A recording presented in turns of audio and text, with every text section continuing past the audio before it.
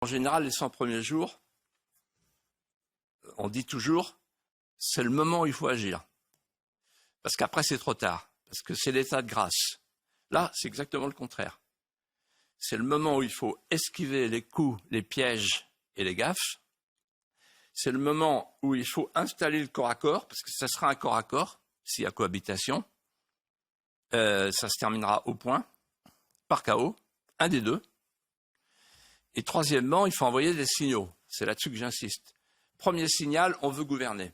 Pour gouverner, on veut gouverner vraiment. Pour gouverner, il faut rétablir les deux souverainetés. Le primat de la souveraineté populaire sur la souveraineté des juges et le primat de la souveraineté nationale sur la souveraineté européenne. Pour que ce soit le peuple français qui dessine les voies de son destin. Deuxièmement, deuxième signal qu'on envoie, on remet les profs sur l'estrade et on leur donne une instruction, le roman national. On refait le roman national. Parce qu'un pays qui n'a plus de légende, disait Fustel de Coulanges, est un pays qui meurt de soif, qui meurt de faim, qui meurt de froid.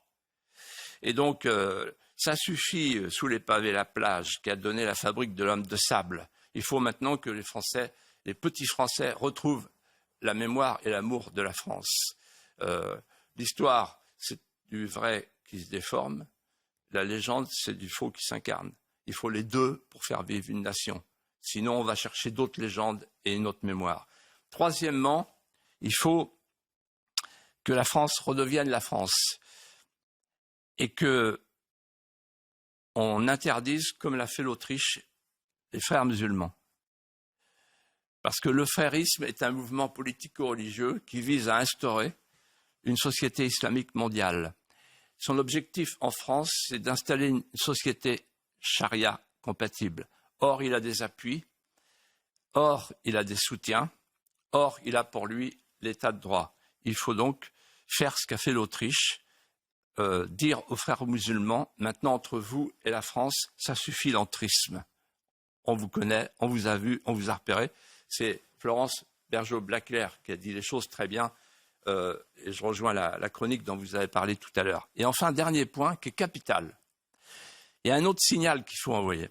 On veut une France de petits entrepreneurs. On veut l'éclosion du petit entrepreneur. Et pour ça, il faut appliquer un aphorisme tout simple. Mieux vaut l'artisanat que l'assistanat. Il faut absolument très vite, dans les premiers gestes du futur gouvernement, recréer un écart entre les revenus du travail et les revenus de l'assistance.